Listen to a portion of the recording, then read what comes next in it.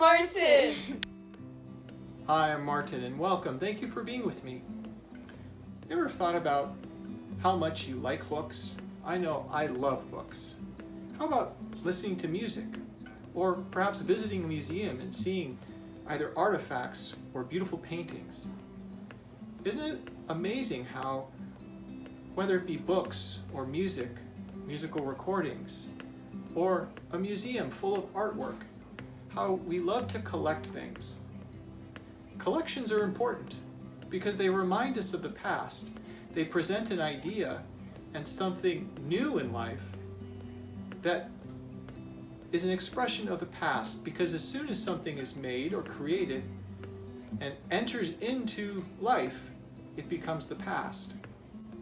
But the amazing thing about books and music and art is that until you actually sit down and read the book or listen to the piece of music or view the art or the movie, it can always be something new, even though it's something of the past. Do you ever feel like your own work just isn't worth collecting? I know I feel that way sometimes. But it's important to realize that your own creative work is something that's given to you. So your work has value. It's worthwhile to photograph your work. It's worthwhile to keep your work and to share it with others. Imagine all of those authors, all of those musicians, all of those artists that we see in museums. Imagine if they themselves hadn't taken the time to first create that beautiful work, but then to keep it so that we can enjoy it. So why don't you come along with me, and together we'll look at a collection of my own artwork, as well as create a brand new drawing, a drawing made from pastel. And this drawing will tell the story of a very important moment in my life when I was in high school, during a high school art class, and how the creation of just one work of art really changed the way I looked at my own work and looked at creativity.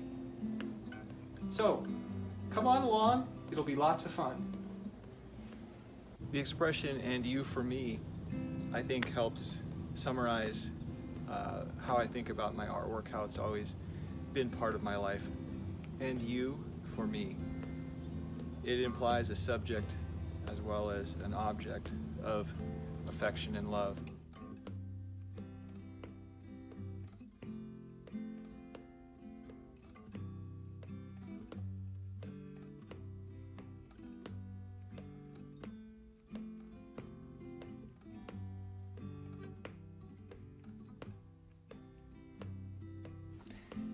The various pictures you're viewing now are of a variety of subject matter, medium, size, and age.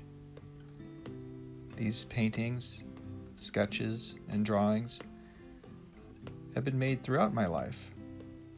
Various moments of inspiration, of various landscapes I may be viewing, or stories I may be reading. Inspirational thoughts and ideas, as well as just the present reality or beautiful image that I'm viewing in front of me. There are a series of ideas painted together, or perhaps just simple imagery that communicate powerful stories.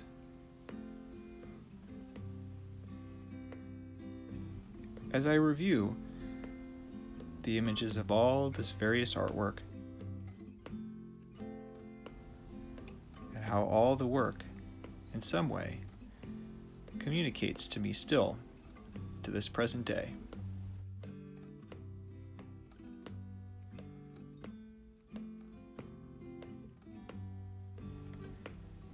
Can't help but be full of gratitude that the ideas and beauty and wonder that I see in life continue to flow, continue to create in me and in my heart the desire to create even more work. I hope you too have that same idea and wonder, and I hope you take the time to express it in whatever work you may undertake. Hello and welcome back. So I'm very excited. Here we are with this large piece of paper. Put a couple of sheets up, and normally in a high school art class you would have different types of assignments. One typically would be taking photographs from a National Geographic and sketching, kind of copying the photograph, or perhaps it would be drawing a still life. But in this particular class, I remember feeling just a need to do something different. So I went outside and I looked around, and I was taken by one little flower. And as I drew that drawing, there was an incredible sense of freedom, an incredible sense of joy as I created this drawing, this large image of this tiny little object. So I thought, let's do that together. But before I do that, let me share with you a couple of my viewers' own pieces of work, something that they sent to me and shared. Here's Mickey from Brooklyn, New York, creating his own imaginative artwork. Great job, Mickey. And this wonderful sketch was sent from Damien from Citrus Heights, California, of a beautiful Sierra mountain lake. Wonderful work that frames the lake and somehow brings you to the lake, and the lake right to you.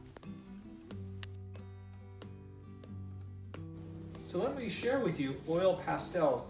Oil pastels have an incredible quality to them. Of course, there's lots of oil in them, so they're very soft. And when they spread very thick and easy and light. They are also very easy to handle, take with you, very portable, but they give a very painterly quality as you work with them. They're not too unlike crayons. They're just much softer, spread easier, and obviously the variety of colors may be a different, perhaps different. So this is the medium that we're going to use today to create a big, beautiful image, taking up all of the paper, all the way out to the margins, based on a tiny little object. Okay, so here we go. This is going to be very fun. I have my beautiful little flower, sprig of flower. I'm just going to study it a little bit, take a look at it. Now here's a close-up of what I'm seeing. This beautiful blossom, beautiful flower, its leaves, all of its various colors and ranges of colors. I'm going to arrange it in such a way that it's an interesting composition from my perspective, from my angle. So I'm going to go ahead and replicate that portion first. Sketch this out. And I'm seeing scale-wise, what's the largest scale that I'm going to achieve here relative to the size of the paper. And you'll notice that my paper isn't exactly perfect, right? It's got little bumps. That's okay. It's great.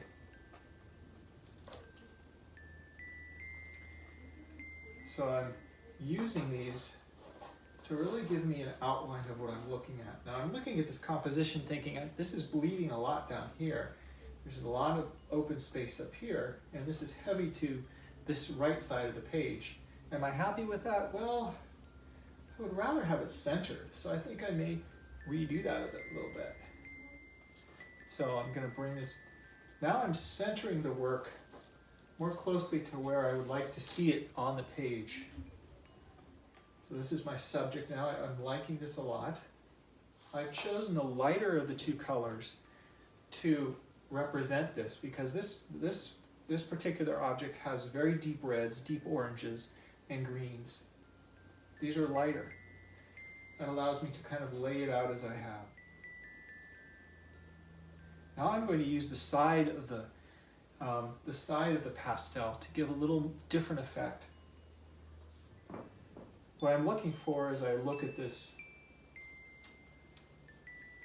blossom is the color range of what is representative in a color like this. Where do I see it in the object I'm looking at it? you almost have to look at it as something separate than a flower or a blossom. It's really a varying shapes and sizes of objects.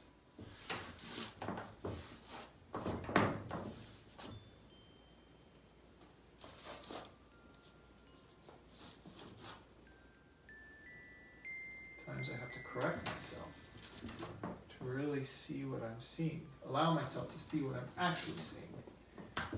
Oh, and this is beautiful. See how expressive and fun this is.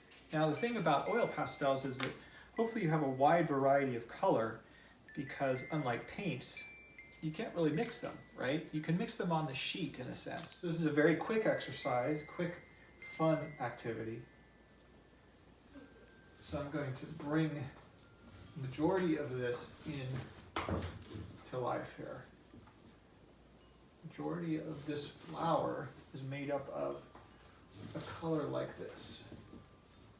It's a ring of oranges. So I'm seeing some dark shadows in here that make up the redder portion. I'm also seeing some kind of on the edges, just a little bit of touches of them. I'm not really liking the way that is so, because it's not accurate to what I'm seeing. So I'm going to bring this back a bit. Bring this back. So once again, here a very large color. Here a very large color. Here a very large color. Down here a very large color. And sometimes it's good to squint at the object. What that does is it sort of blurs it. I have the advantage of having glasses. I can actually take off my glasses and it's a little blurry. And what that does is that it allows me to see the form more than individual things. And so it really does, as you squint your eyes, allow you to see more what's going on here. There's a ring of orange really going on around a darker red that is then lined with another dark red. And down here, there's these rings of color happening. Beautiful.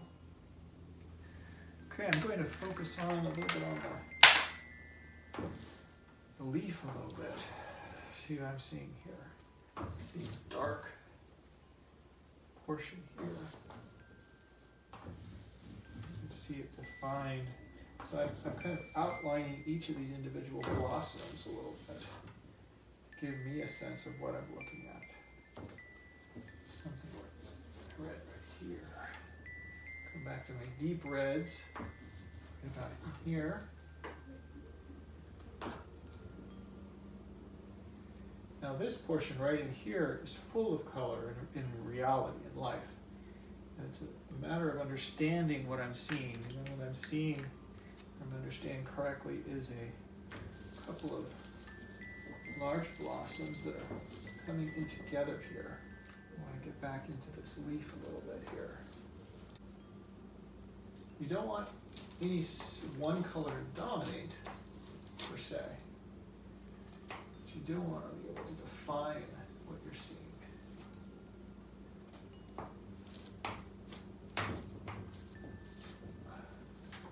Now, isn't this amazing? Here's this tiny little object, and here's our big, beautiful work of art. It's looking at it and really bringing it to a scale that we can enjoy it. This is a work of art now of its own. So how much farther do I want to go? In fact, this is where your imagination comes into play. What would go up against this very nicely? And there's lots of different ideas that we could bring into this. Or do we just leave it? That's the freedom that comes with your creativity and the beautiful joy that comes out of making something like this. I am seeing how this leaf is actually much deeper on the page itself. Extend that. I like that actually. That weight of that green against the red is nice. And this edge is actually pretty accurate. It's a very dark edge. This is a lighter edge as this green leaf comes across. There's actually a very light white as the light hits it. There we go. See how that helps pop the two colors.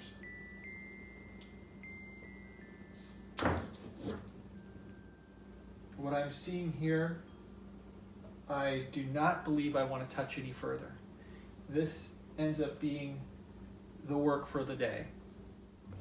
There's a feeling, there's a sensation, there's a joy that comes from getting your hands dirty with this beautiful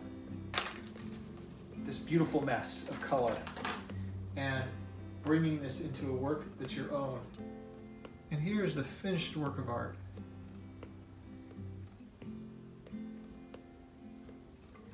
As you can see, it approaches what the little sprig of flower resembles. But that's about all we can say. Nothing can possibly match the beauty of that wonderful little flower, God's creation. So thank you for joining me. I hope you had just as much fun creating your own work of art. I'll see you soon. Until next time, this has been Martin, and it's been a lot of fun. Blessed and praised every moment. Every moment with Martin.